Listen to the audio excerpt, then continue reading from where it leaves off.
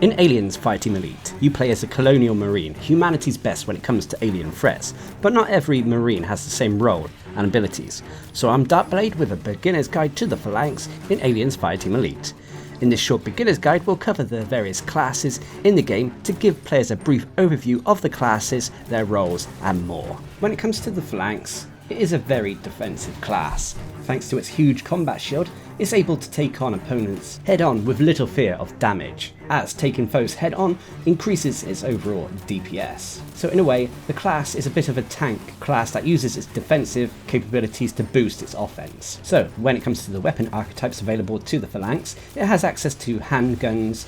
This includes auto pistols, hand cannons, so on and so forth, as well as close quarter weapons as well, which includes shotguns, submachine guns, basic flamethrowers, and more. So the weaponry is aimed at close range combat. Yes, the Phalanx can pull off some long range combat if you equip a handgun with the correct attachments, but for the most part it's aimed at dealing damage to opponents up close, which works well in unison when you consider that you're going to have a shield out pushing enemy positions or blocking melee attackers who are trying to get on top of you. But every class in Aliens Fireteam Elite has access to various abilities and passives. With the Phalanx, its main ability is known as Shield Up.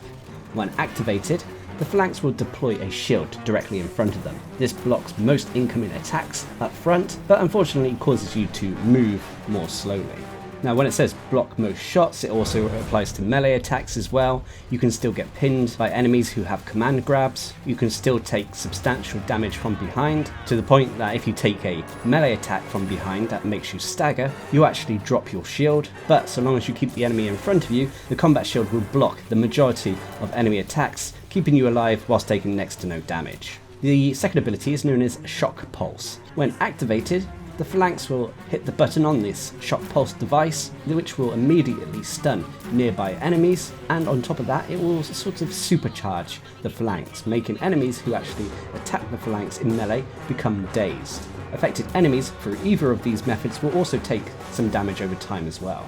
Unfortunately, the range on this is quite short, so again it's enhancing the Phalanx's close combat capabilities and giving the class some crowd control. And then finally, for their passive ability, they have BULWARK. Basically, blocking damage with your shield increases your damage dealt by 3% for 4 seconds. This effect can stack up to 5 times as well. This is also indicated via the indicator to the right of your aim reticle. So BULWARK and Shield Up are kind of working in unison together, keeping you alive and also increasing your overall damage. Shock Pulse, on the other hand, is a nice additional ability for if you get overwhelmed, giving the Phalanx quite a unique kit. But every class in Aliens Fireteam Elite has various pros and cons. When it comes to the pros for the Phalanx, the biggest pro is its ability to block incoming damage, granting it increased survivability and much more.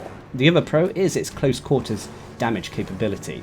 As I mentioned, the shield is able to block enemy attacks, but that combined with the Bulwark, passive talent as well as the Shock Pulse means that the Phalanx can increase its damage output, and that coupled with the weapon archetypes it has available to it, especially the shotgun, means that enemies who get up close to the Phalanx are going to take a lot of damage. But unfortunately there are cons to every class. The biggest con when it comes to the Phalanx is, unfortunately, when your shield is up, you will suffer a movement speed penalty, meaning that you may not be able to run around and kite enemies quite as successfully as other classes, but to be honest, so long as you're keeping your opponents in front of you, this shouldn't be an issue. So there we have it, that is the basics of the Phalanx in Aliens Fireteam Elite. Now of course, as you get through the game you can build them in more specific ways. You can enhance and augment their abilities through various modifiers and perks as well. But for the most part, the Phalanx is a great defensive and tanky close quarters class.